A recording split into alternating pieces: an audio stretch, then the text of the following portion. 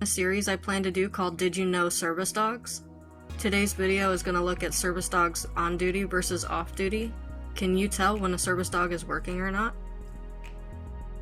You might think a service dog is only on duty when it's vested or labeled as a service dog, and in some cases you might be right, but in the US, service dogs don't have to be labeled or vested at all. This is because gear can be very pricey, and disabled folk don't often have the funds or means to obtain gear. A service dog may also work without its vest because it's hot outside or because the handler didn't know they'd be in a situation where the dog would be working, so they didn't bring the gear. Service dogs are on or off duty when their handler wants them to be. All of the clips you're seeing right now, my service dog is on duty. She's neutral to her environment, she's under control, isn't seeking attention from anyone in her surroundings, is checking in with me, the handler, and doesn't show any signs of stress or overstimulation.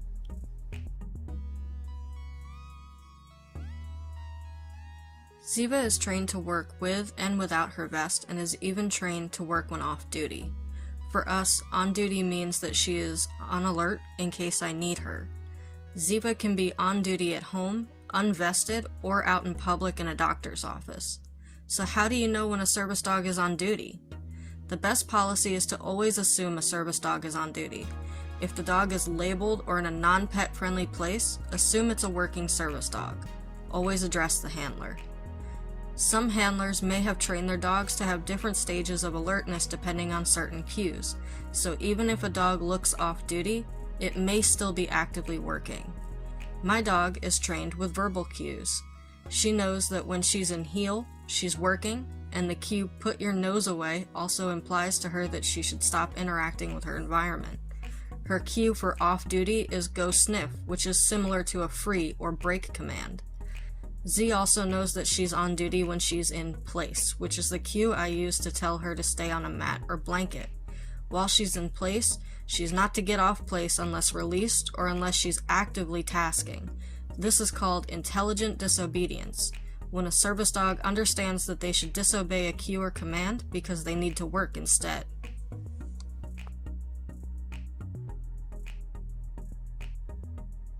In all of the clips you've seen up till now, my dog is actively working and on duty. Whether she has her vest on or not, looks like she's sleeping or not, or is at home or in public. Service dogs are trained per whatever their handler's needs are.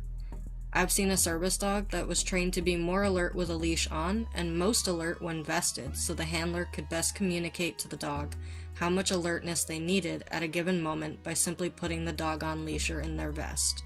So you simply never know. It may be impossible to determine as a member of the general public if a service dog is working or not, so it's always best to assume they are.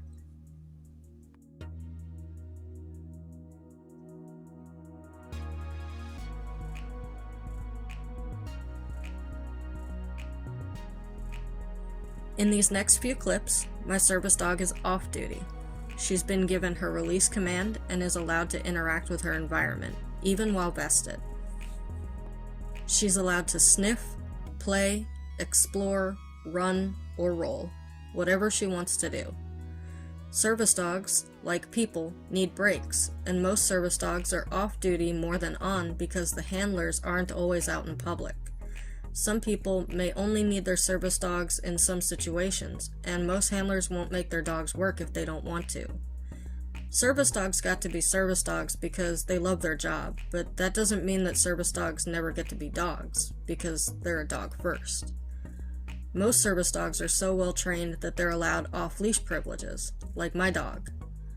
Ziva has excellent recall, so in most of these off-duty clips, you'll see her off-leash.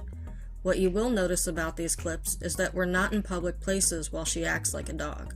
We find appropriate areas to let her be off-leash and play.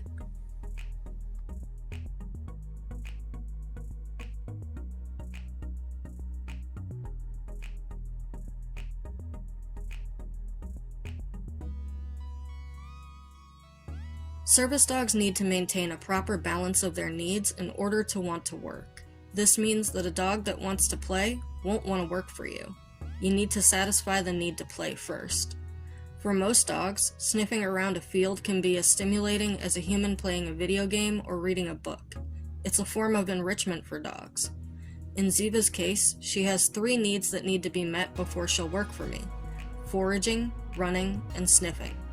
The needs can vary by dog and by breed. Because Ziva is a mutt, I couldn't just assume she'd like to do something, like how a greyhound needs to run.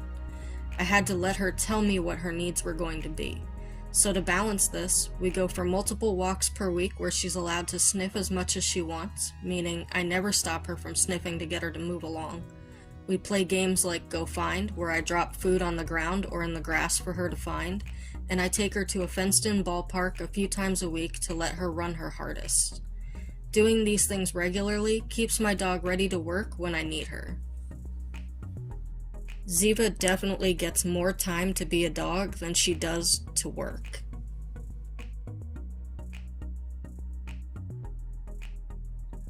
So now let's talk about how a service dog works when they're on duty. Why does that dog look like it's asleep? How can it work on a plane? How can service dogs maintain their handler's health by jumping on them?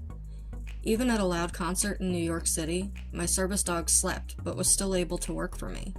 This is because Ziva is trained to do what's called a check-in. Check-ins are when the dog periodically looks at the handler to make sure they're okay. She's trained to only do this when she's on duty. Even while sleeping, Ziva is so subconsciously trained to keep an eye on me that she'll wake up and check in periodically. There are so many things service dogs can be trained to do, from seizure alerts to panic attack alerts to picking up dropped items or guiding someone to an exit. The amount of things service dogs can do is staggering. The reason I mention this is because you never know what the dog is there for. The dog may be asleep, but it can still smell for a heart rate spike or a migraine. It may look lazy with its head down, but may be trained to press a wheelchair button or pick up items when dropped. When you see a service dog in public, what you're most often seeing is standby mode. The dog is waiting to be needed.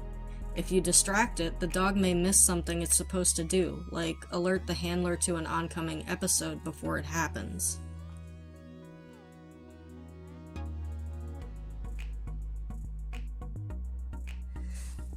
Service dogs take between 1 to 3 years to fully train. Because of this, many handlers get very defensive about their dogs being touched or bothered while working. You may destroy 3 years of training by giving the dog too much attention.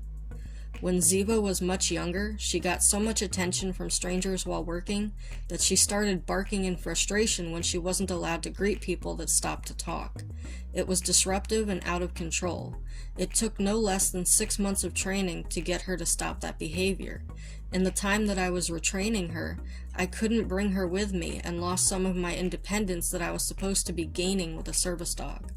The general public rarely understands the depth of their actions when interacting with a working service dog, but it doesn't take more than a single YouTube search for service dog missed alert to understand the gravity of the repercussions.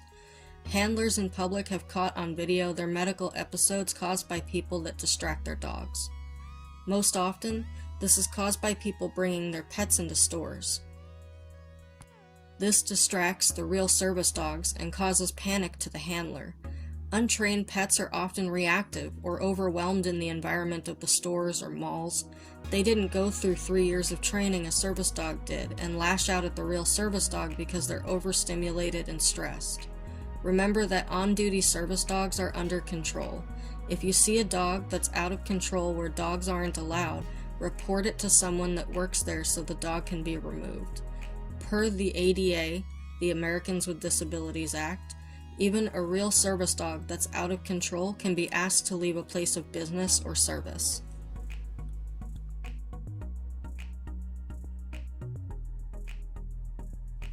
This concludes today's video of service dogs, on duty versus off duty. Let me know what questions you have about service dogs in the comments and it might make it into the next Did You Know video. You can also follow me on TikTok for more videos of Ziva, both on and off duty. Thanks for watching and don't forget to like and subscribe.